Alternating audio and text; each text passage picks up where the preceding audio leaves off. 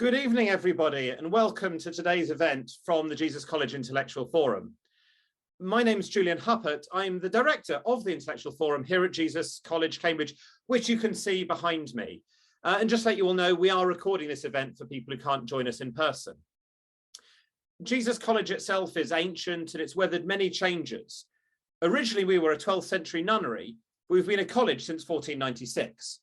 We've been through civil and world wars, previous pandemics, and we've seen technologies change an immense amount over that time. We are more recent. The Intellectual Forum was set up 4 years ago to get people thinking and talking about important issues, to reach outside the boundaries of our own college. And so we've had amazing speakers. We've had fashion designer Jimmy Choo. We've had the former prime ministers of New Zealand and Australia. We've had NASA directors. We've had the Assistant Director General of the World Health Organization. We've had amazing people come to us.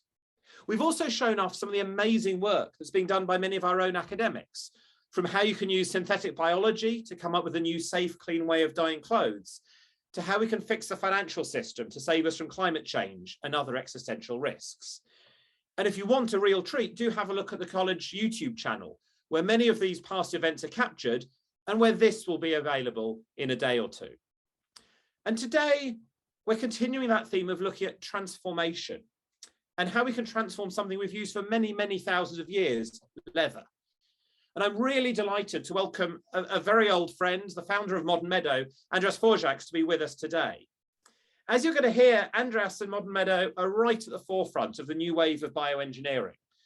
The company's been going for about 10 years, and it's produced the world's first biofabricated leather.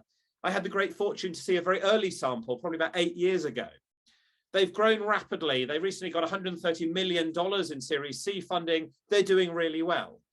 Andras himself has been listed as a New York Business 40 under 40, back when he was young enough, a couple of years ago, and a 2018 World Economic Forum technology pioneer. Really fascinating, inspirational person. We're going to start off with me interviewing Andras, and then there'll be a chance for you to ask your questions. So please submit those using the Q&A function on Zoom, and please do also tweet along. Use #IntelForum and @IntelForum. So Andras, thank you so much for joining us today. It's really good to see you again after far, far too long. Julian, great to see you. Always great to see you. And I really do want to talk about Modern Meadow and leather, but can we just start off with your early years, your family, your education? How did you get going? What set you on this career? Sure. I mean, perhaps the most relevant thing I can say is that I'm my father's son, and I grew up in a family where science and medicine was at the dinner table. My father's a theoretical physicist. That was one of the few professions that back in socialist Hungary, where I grew up, had some ability. So we were able to leave the country when I was 2 years old, come to the United States when where my father completed his postdoctoral work, went back to Hungary, went to France, came back to the US. And it's because of his science career that I was able to really have an international upbringing. And throughout the course of his career, he went from being more theoretical to more experimental in physics, and then to start to combine physics with other fields like biology. And he was one of the early researchers to integrate the field of biology and physics to develop this field of biological physics. And that led to some discoveries that seemingly were like crazy science to me when I was discussing this with him. Things like 3D printing of human tissue to create organs for medicine and for medical research, and then other things like basically being able to grow materials for consumer applications. And this led us down this path of biofabrication and to start together a series of companies, starting with the 3D printing technology I mentioned in Organovo, Modern Meadow, and then Fork and Good. So when did you leave Hungary? And you then went to the US? Correct. Left Hungary in 78. That was when my father was a postdoc in the US, in Albany, and then also in University of Illinois in Champaign, Illinois. And then as much as he would have liked to stay, at the time it was not very fashionable to leave Hungary and to not go back. That would have been politically challenging. So we had to go back. But then the system was liberalizing even more. And in the early 80s, we had the opportunity to go to France. He did research at Saclay, which was a research institute in France, and then came back to the United States to pursue an academic career. So, I mean, a very international perspective, which is not true of all Americans, I have to say, or indeed all Brits. But yeah. And a great illustration of what some people say, that basically everything is theoretical physics, that biology is just applied theoretical physics. If you ask a physicist, I'm sure they'll tell you that everything is physics, right? and I know we have some in the audience who may or may not agree with there you go. And it's well practiced in Cambridge. So you were inspired by your dad and his take, and you did that 3D printing of tissues first. Is that still going on? It is still going on. So that was a technology that he was developing. He was one of the pioneers in bioprinting, and technology that he was developing in around 2005, 2006. At the time, you know, I was always fascinated by the sciences, but I jokingly say that in college and afterwards, I fell in with the wrong crowd and I ended up in a business career. I ended up in Wall Street and then working for McKinsey. So for me, navigating back to the sciences was a way for me to try to find the light from the darkness. And around 2005, 2006, I was at McKinsey. I was advising biotech, biopharma clients, as well as academic medical centers on how to accelerate their laboratory innovation to the patient bedside. And I saw the research that my father was doing in academia around bioprinting. And I saw that as a great example of science that should be translated. So that's when we started Organovo. I pulled together some of the smartest people I could find. We started having these weekly discussions. And before we knew it, we decided to throw in and to start a company. That company is still going, although I would say that it really it developed a lot of momentum until about 2013, 2014. And then over the years, a lot of the founders left and there was just a change in leadership. So it's still around, but and it's a public company, but I'm not closely involved in it anymore. So I don't know the day-to-day details. So let's move on to Modern Meadow. And if I can remind the audience, you can put in questions. We've had one already. I'll come to those in a bit after we've done a sort of run through. So Modern Meadow itself, why did you go down that route? Why is leather a challenge that you wanted to address?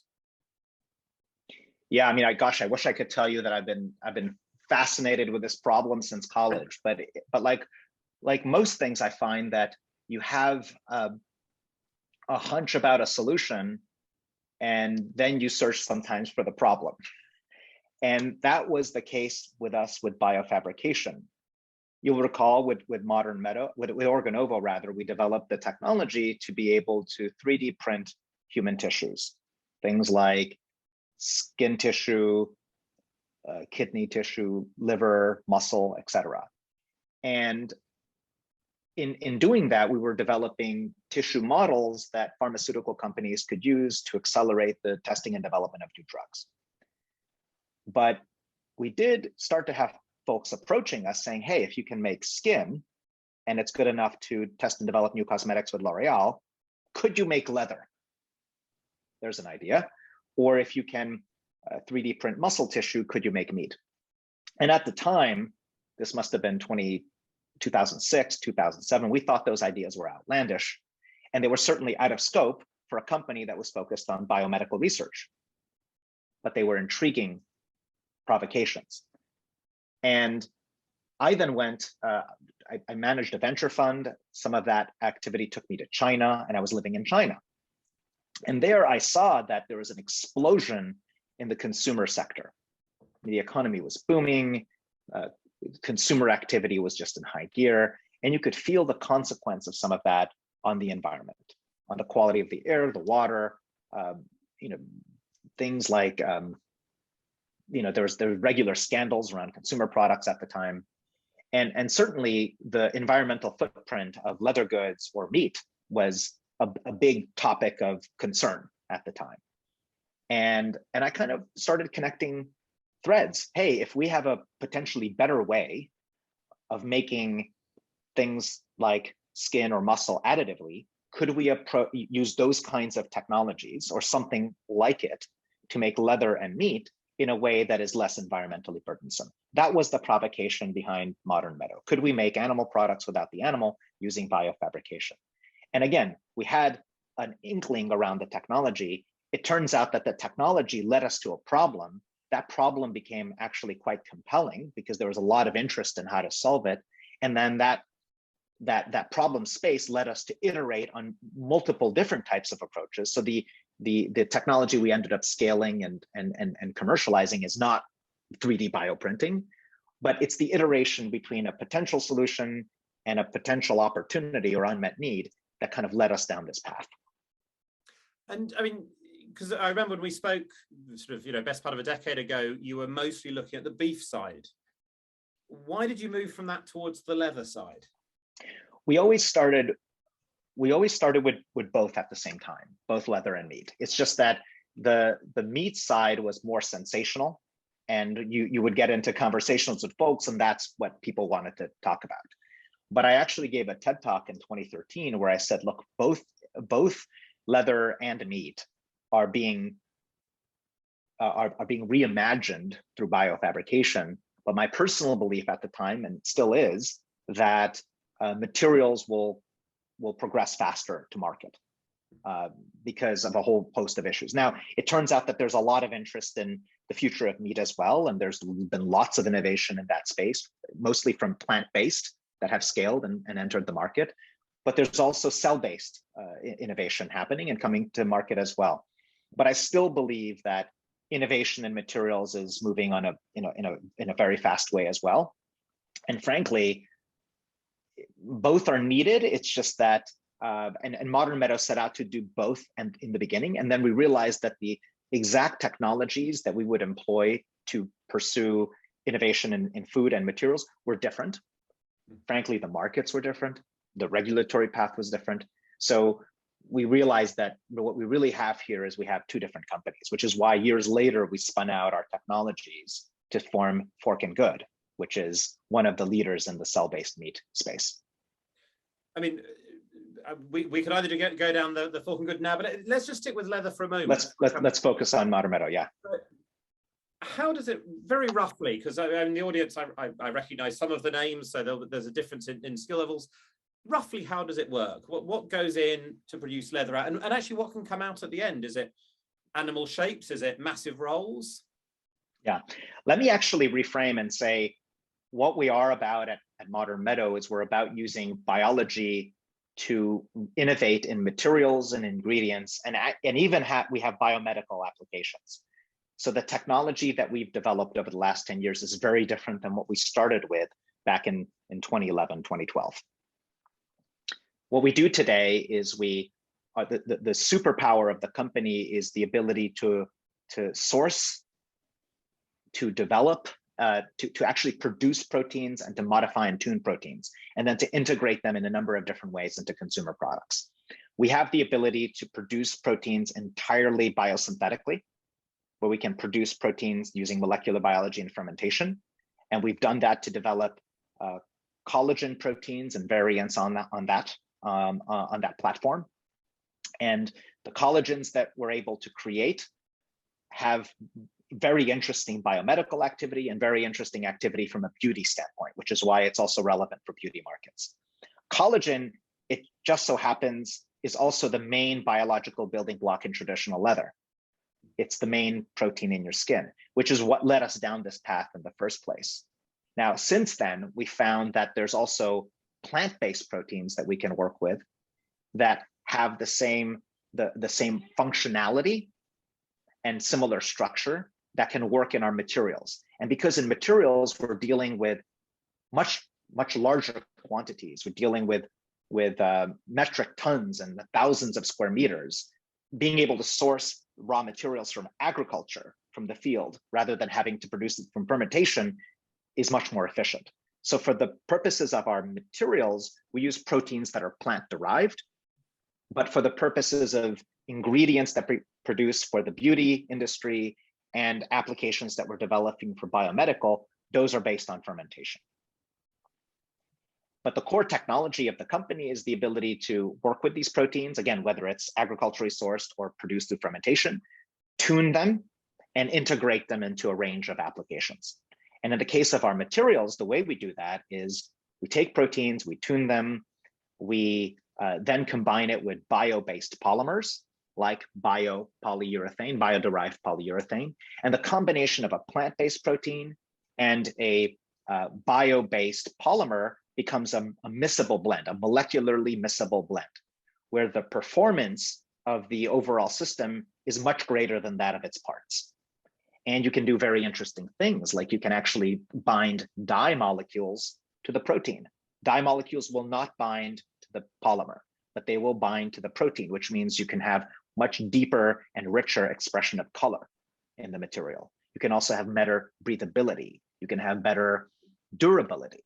So the addition of the protein to the bio-based polymer really enhances the overall performance of the system, and it creates a coating that you can apply to a textile.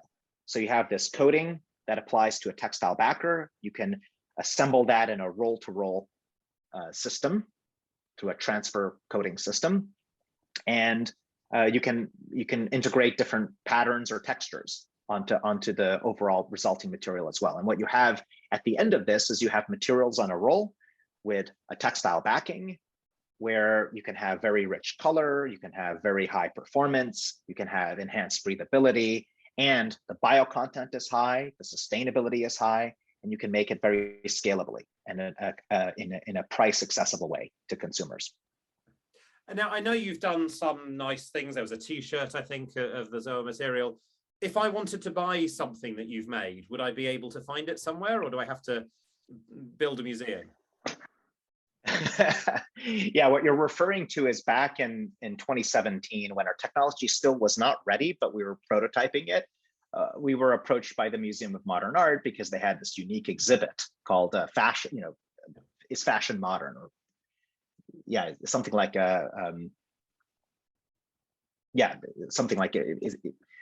fashion. I forget the exact name of the exhibit, but basically it's Fashion Modern, and it was identifying some of the most iconic items in the history of fashion, as well as some speculations about the future of fashion. And we had the opportunity to contribute a prototypical item to that exhibit that has since been added to the permanent exhibit of MoMA. When MoMA approaches you with an opportunity like that, it's hard to say no, even when you're not fully ready. But it was great because we were able to make some t-shirts, which were an iconic representation of the kinds of things our technologies could do. And that was an application of this coding technology. The idea behind the t-shirt was that we took a t-shirt, we took it apart into pieces, we took different fabrics, and we reassembled the t-shirt without stitching, because we were able to use this coding technology as the glue to combine the fabrics together. Since then, we've perfected the technology. We've made it performing, because that's very important in the application. I mean, consumers love sustainability, but not if it compromises their experience of the product. So we had to make the technology actually perform. We had to make it scalable. We had to make it cost effective. And that we industrialized the process last year in 2020. And we announced just recently a partnership with one of the leading Italian textile mills, a company by the name of La Monta, that's been in business for 130 years. They're one of the best in the textiles business. And now we're industrially producing these materials. There's been some showcases of our materials in products recently. So there's a brand by the name of Senrive. It's an innovative, up-and-coming brand that's featured our materials in a capsule collection. There's other brands that are bringing products to market, but those products will be available starting in 2022. So right now it's still showcase, and then the consumer availability of these products is going to be next year, and I'm quite excited about that. Yeah, I mean, 2022 is coming up quite soon now. So correct. So that's Michelle. Can we just come back onto Fork and Good, because you mentioned Sure. that, the sort of the consumable side. Again, do you want to say a little bit about what that is and what the vision for that would be? Yeah, so let me just reiterate. So Modern Meadow is really three businesses now. You've got the fashion materials business. You've got ingredients, the ingredients that are enabled by the collagen technology, And then you've got biomedical applications of the collagen protein. And bear in mind that the materials use a plant-based variant of the protein as the hero ingredient. So it's not fermentation-based collagen, but that's Modern Meadow. It's three businesses: the fashion, the beauty, and the biomedical. But food would have been a bridge too far. That's a very different market. It's also a very different technology, which is why years ago, back in 2017, we spun out that technology to form a new company called Fork and Good. And I was fortunate to be able to work with a former colleague of mine at McKinsey, who was coming back from Singapore to the US, who had really great background in innovation and agriculture, to start a new company around that technology. And what Fork and Good does is it takes muscle cells, in this case, pork muscle cells, and is able to grow them in a very efficient, high density way. Because the key to making cell-based meat viable is to be able to scale up the production of muscle tissue grown in tanks, to be able to scale it up and make it very efficient and high density. And the innovation at Fork and Good is that on a first principles basis, they've cracked the code on being able to get really high density production of muscle cells, to be able to grow it in 3 dimensions, in 3D, so that and to be able to co-culture. So it's not just one cell, you're able to grow multiple cells in the same bioreactor. So you're essentially having a combination of cells grown in high density, and you're able to get much higher yield per unit volume. I mean, it is amazing how these things will change. How quickly will it change? I went to the launch of a report a few weeks ago from a group called Rethink X, and they were saying that transitions are coming, and I mean, the headline was that by 2035, we can get rid of 90% of carbon emissions using existing technologies. And they said there were 3 areas where this would happen. One was energy, and we're just going to see solar take over from everything. One was with transport, electric vehicles and transport as a service. And the third was, I can't remember the exact wording, a complete displacement of agriculture with grown, fermented, and various other solutions. So their vision was that by 2035, we will have massively reduced carbon emissions from the agriculture sector by replacement with the sort of technologies that you've been using and a few others. Is that a reasonable pace? I mean, when should we be expecting to see routinely some of your products or your competitors' products? Yeah, I mean, I don't think the solution is displacing agriculture. I mean, agriculture is a wonderful innovation. It's powered civilization for thousands of years. I think the issue really just is things in proportion, right? We depend on such a massive infrastructure to sustain a livestock industry that, unfortunately, given demographic trends in the world and rising consumption in emerging markets and a growing global middle class, we just cannot double the amount of livestock that we sustain currently in the world, right? I mean, there's something on the order of tens of billions of animals that are cultivated each year, or are meat, eggs, dairy, etc. And if you look at the demand for those products, for meat, dairy, eggs, and materials that derive from livestock, and you look at the doubling or more of that by 2050, you cannot double the livestock that's currently being maintained in the world, because it's already the largest user of land, one of the largest users of fresh water in the world, and it's one of the biggest contributors to greenhouse gas emissions. So that's the challenge, really. It's not to move away completely from agriculture. Plant-based agriculture is wonderful, especially if it's done responsibly. Some livestock agriculture is actually done responsibly as well. It's just that if it's so intensive, and factory-based farming, it has tremendous efficiencies, but it has a tremendous agricultural burden. So the question is, just as energy, there's been a diversification of our sources of energy. Fossil fuel is just one part of the mix. Now we have renewable sources, we have, and the base load of that is growing each year. We need the same thing for our sources of protein and our sources of materials. And so that's really what's at stake here. Now, I believe that this, I go back to my TED talk. Look, I think tremendous things are happening in alternatives to meat. You're seeing plant-based alternatives to meat have been around for decades. There's been a new generation of that in recent years that are even more meat-like, that have gained a lot of traction, and they're based on inputs that are very scalable. So those kinds of products are going to gain market share, and that's wonderful. Cell-based meat is going to take a while still, because it's based on infrastructure and inputs that require entire ecosystems to be developed. So it's going to take a while.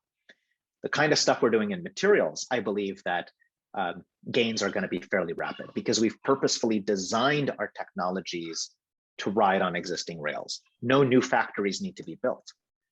We've partnered with this Italian textile mill because they have the equipment, they have the know-how to be able to scale our technologies.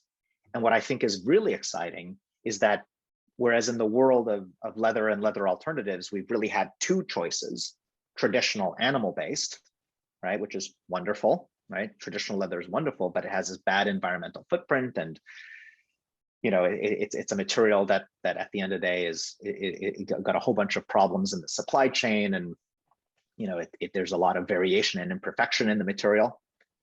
And then on the other hand, you've had petrochemical based synthetics.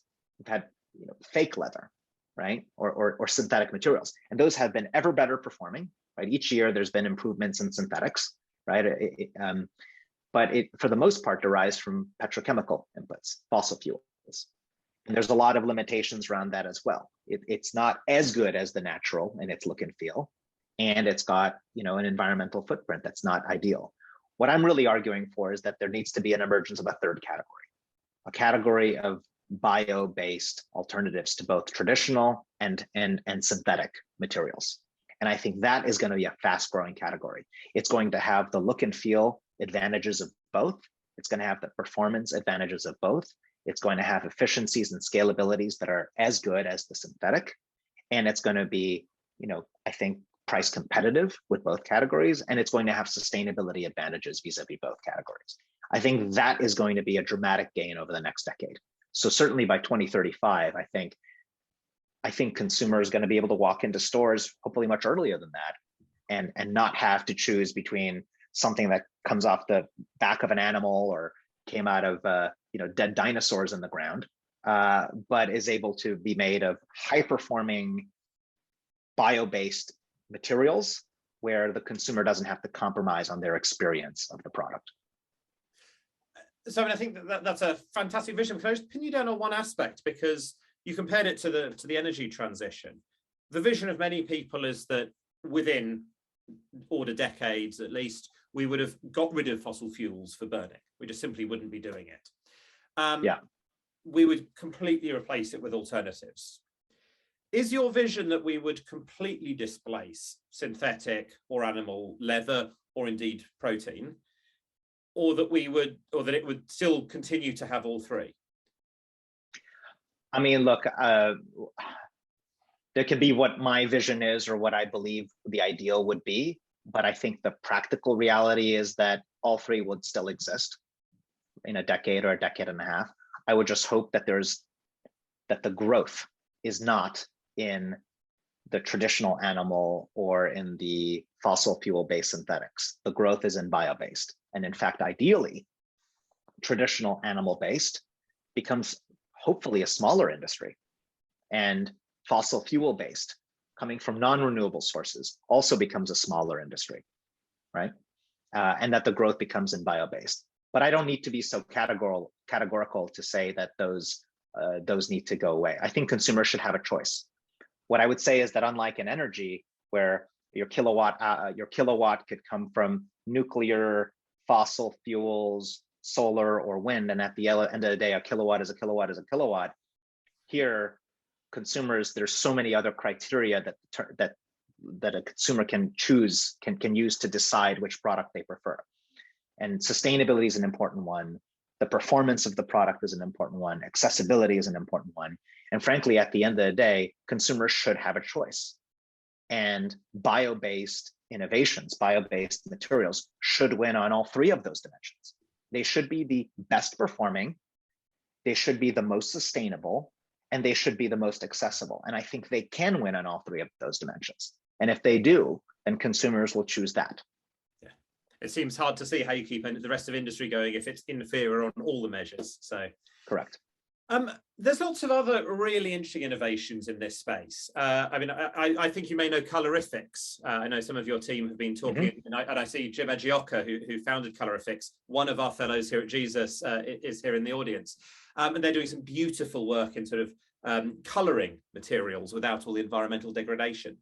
Are you excited? Super important. These sorts of organizations and companies setting up around the world? Are there any others which really excite you? I mean, I'm incredibly excited. I feel that that the space of innovation in materials and the processes around materials have gone from being I don't want to say a relatively sleepy space, but there weren't that many players in it 10 years ago, to one where there's so many flowers blooming, and there's a lot of different technologies that are working their way through that are being de-risked, that are being scaled. There's so many different process innovations around how to add value to materials, such as, you know, color, enhancing the color and making it in a sustainable way, like what Colorifics does. That I think it's an incredibly exciting time for innovation using bio-based technologies in consumer products. I think I think the next 5 to 10 years are in fact going to be even more exciting, because a lot of these innovations are making their way to the consumer, and the consumer can experience them. And at the end of the day, that is where the rubber meets the road, right? The challenge with a lot of these technologies is that it does take a good amount of time to develop. These are fundamental innovations. They need to survive multiple valleys of death. You need to de-risk the technology in the lab. You need to demonstrate that it's viable. You need to demonstrate that it's scalable. You need to demonstrate that it's cost effective, and you need to demonstrate that it's you can commercialize it. And these multiple valleys of death take time. That's why, unlike many software businesses, we're not talking about just a couple years to launch product. We're talking about the better part of a decade, or even more in some cases, to bring product to consumers. But I think we're at that inflection point where these kinds of innovations are making their way to consumers. And what's more, we're seeing many more different kinds of innovations, which means consumers will have choice. And I think that's the great thing. So we're about to go to sort of questions from the audience. There's a few that have come in, which I'll come to in a second, but a prompt to all of you to say. One last thing before we do get onto that, though. You've recently managed to recruit some other people to do the sort of tedious work of actually running Modern Meadow for you, I think, freeing you up to do lots of other things. What's next for you? Yeah, I mean, we've gone through a lot at Modern Meadow. For me, it's been a 10-year journey. We've de-risked the technology. We scaled it to industrial scale production last year, and this year we've announced important partnerships. We closed a major financing round, $130 million financing round that you mentioned, Julian. And then I think the real inflection point has been that I was able to pass the baton to my successor as CEO, to drive the next stage of growth and commercialization. And these are people that I've known for many years. I recruited Anna Bax to our board 4 years ago. She joined as an independent. She was the woman who built Michael Kors. She built the footwear and the accessories business at Michael Kors, which ended up being the largest part of their business. She was accountable for most of their revenues and most of their profit at Michael Kors as group president. And then she went on to be CEO of Kate Spade. So this is a woman who's had the experience of building at the highest end of American fashion companies from the ground level, from foundations. She's a company builder and is tremendously experienced, has launched more shoes and bags than most people on this side of the Atlantic. And that's the stage we're at as a company, where the terrain going forward requires people who know how to build companies, who know how to scale, bring things to tremendous scale, who understand supply chain, who understand product, who have the decades of credibility and relationships that it takes to navigate that terrain. And I'm learning on the job. I've learned a lot, but there's just no substitute for the kind of experience and insight that someone like Anna has. And I'm excited that she got so passionate about our opportunity and about the company that she actually wanted the job. So we were able to to pass the baton to her. And that's what it really takes. It's a relay race. I've seen my job as, coming off the starting blocks, getting early momentum. In this case, that early momentum was a good 10 years, but it's a marathon, and we need a fresh set of legs and different experiences to run the next leg of the race. And Anna brings that. She's brought in other people with tremendous experience, like the former president of Revlon, Catherine Ruggiero-Lavisi, who's also now who's come on to be our president at Modern Meadow, who has tremendous experience in beauty and related fields. And so we're building out a very rounded crew, a crew of folks who understand biomedical applications, beauty applications, fashion industry, and as we're working through partnerships and the supply chain and product development, that's the experience that is really needed to drive traction. So what does this mean for me? Well, I'm not uninvolved, but there's there's a real professional, accomplished team running the day-to-day of Modern Meadow now. So I get to, I'm still involved. I'm on the board. I'm founder. I get to be an advocate for the company, but it does free me up to also think of a broader mission, right? I've started 3 companies now that have all been seemingly crazy technologies and science in pursuit of impact. I think that is something I'm fascinated by, how to accelerate science to impact using the toolkit of entrepreneurship and investing.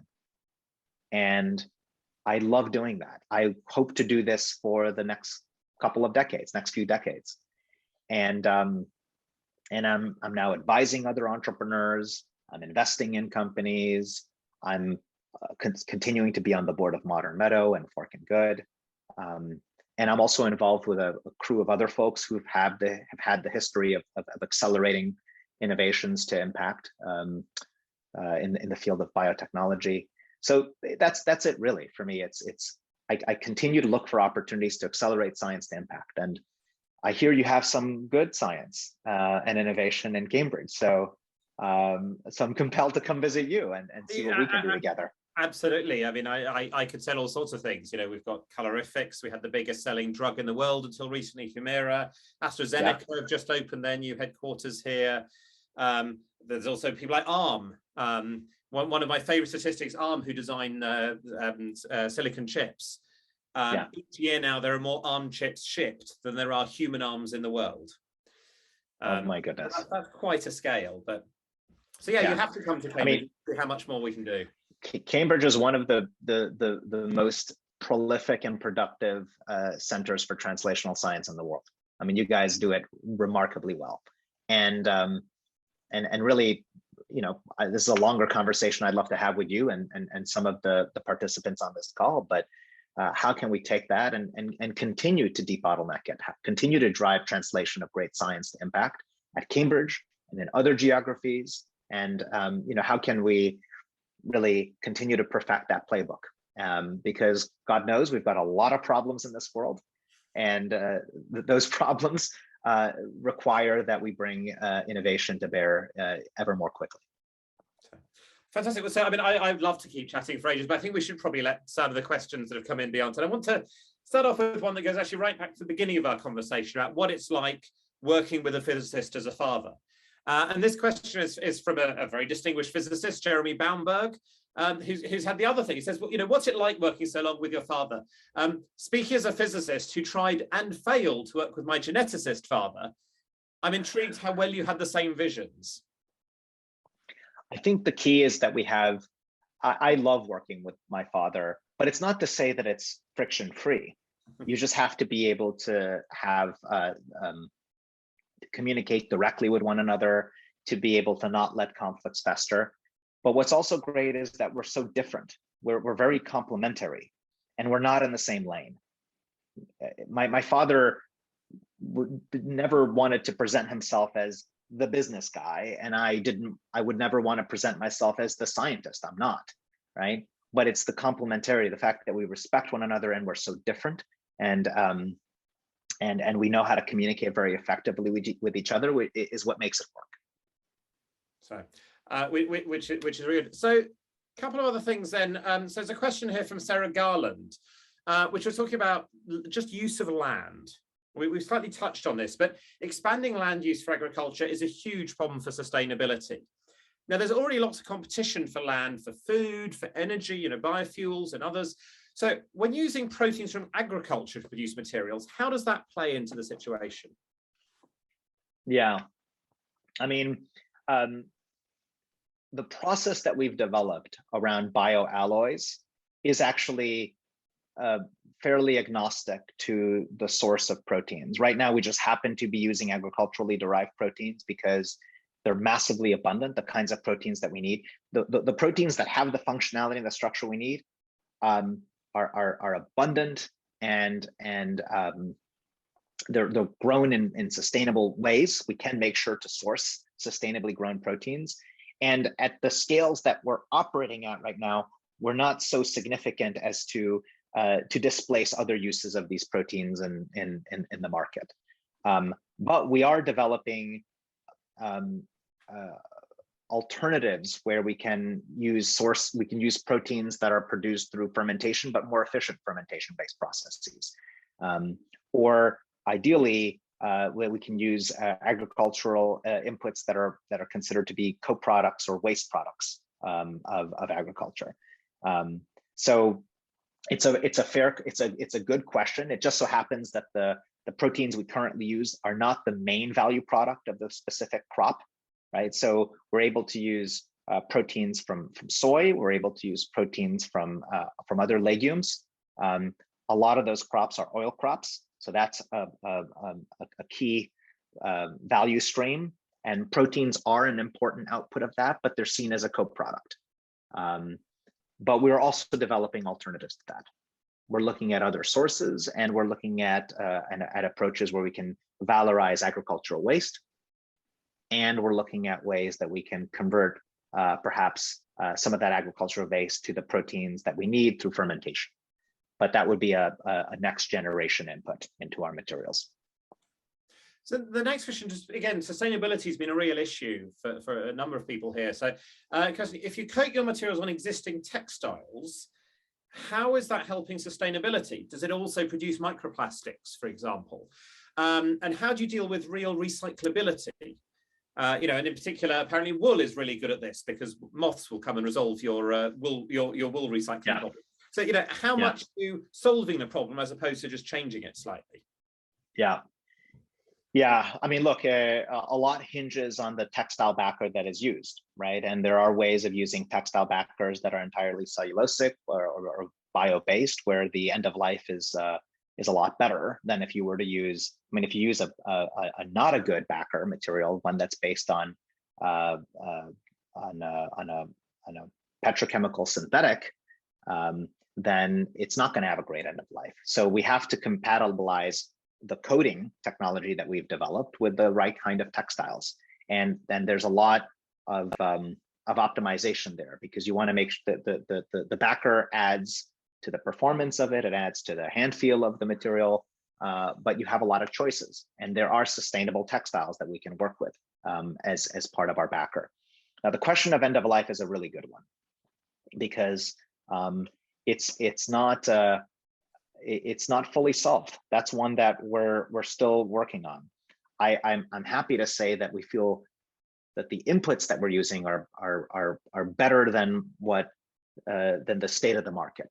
Right? We're able to use bio-based inputs that are entirely animal-free, that have much better use of land and water in terms of sourcing them, and the CO2 impact of the ingredients that we source is much better than the traditional leather or synthetic leather, right? We feel also very good about the ecosystem impact of our materials. We feel good that the way that we source these ingredients, we were very mindful of land, water, and the eutrophication potential how these materials are grown, right? So we're very mindful of that. We're also mindful of durability. We want to make sure that the materials that we develop perform, they're desirable by the consumer, and they perform well in the application.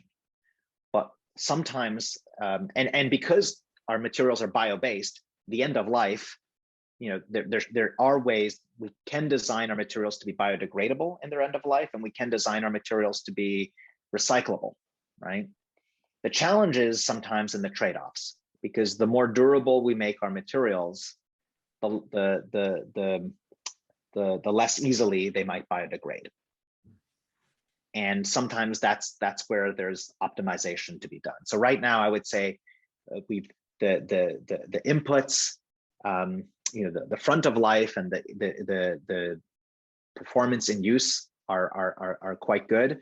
The end of life, there's still optimization to be done, because you don't want the product to biodegrade in use, right? You want it to last, and so right now there's kind of some trade-offs to be done, right, in terms of how you manage end of life versus performance in the application. So there's a comment first and a question from Jim Agioka, who set up Calorifics, who says, I love Modern Meadow because you've really pioneered bio-based materials. So, when you do come to Cambridge, you and Jim should catch up and would love to take you up on that invite, Jim. But a very specific question, again, sustainability. From a sustainability standpoint, have you done a life cycle analysis on the bio-based leather? And how does it compare to making synthetic leather, when you've taken everything into account? Yes, we have done a life cycle analysis. So we've completed an LCA, and I don't know the latest. So I'd be happy to refer you to the team at this point, because the last time I saw the LCA was at this point many months ago. So this is the advantage and disadvantage of passing the baton, is I'm not so in the details anymore. But we're very assiduous about the LCA, about looking at the direct impacts as well as the consequential impacts. And certainly for the products that are going to come to market, they're going to be supported by a full LCA. And look, at a high level, what I will tell you is that it compares very favorably to traditional leather, and it also in CO2 impact and land use and water use. And it compares also favorably to synthetics, but of course, synthetics are actually more efficient than traditional animal-derived materials. So the comparability is very significant to traditional leather. It's also significant when compared to synthetics, but it's not by the same order of magnitude. So it's better than synthetics, but incrementally better than synthetics. I feel like we should let you go at some point soon, because this is, I believe, supposed to be your Thanksgiving holiday. So thank you and apologies to your family from us. But before, one last question, which I thought was quite interesting. Given we now have access to archaic DNA, does that mean that you could start making dinosaur and mammoth leathers? I mean, that is a great provocation, and I think it was George Church who suggested that to me back in 2012, 2013, that we should create mammoth leather. That was more when we started this process, we were literally growing skin cells to make materials. And so in that case, you could actually say, hey, we're growing mammoth skin, and then we make materials out of that. Then we moved into using collagen as the basis for making our materials. And now we're using plant-based inputs that approximate the functionality and structure of that collagen.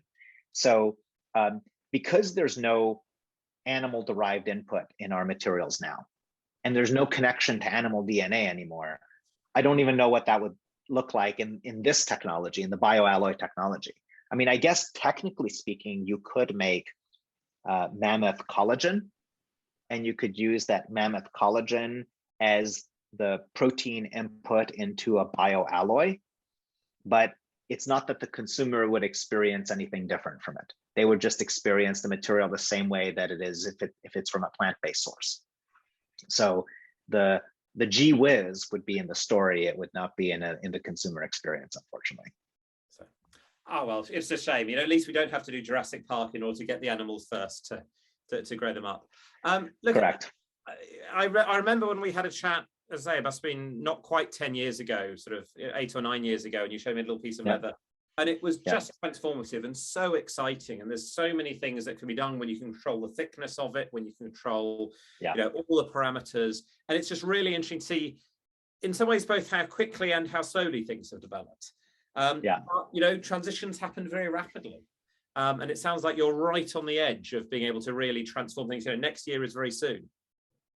I mean, to your point, Julian, transitions happen slowly and then, more slowly than you would like, and then happen much more rapidly than you would think, right? But it's slow, slow, slow until it becomes fast. And what I showed you 10 years ago was a prototype of real skin cells that have been grown and then tanned to be made into materials. And that technology was academically very interesting technology, but it was not very high performing material, not scalable, not sustainable, or cost effective. But other than that, it was really wonderful. It looks good. But what it did is it set us on this path to then look at what are technology solutions we could employ that could solve that multidimensional puzzle. How can you create a high performing material that can compete with in a market where consumers already have choice with natural materials and high performing synthetics? And that led us to this path of being able to use plant-based proteins as a bioalloy in combination with bio-based polymers. And it does create this optimal blend of performance, scalability, accessibility, and sustainability. Only took us 10 short years. Well, thank you very much for joining us to share the output of those 10 years.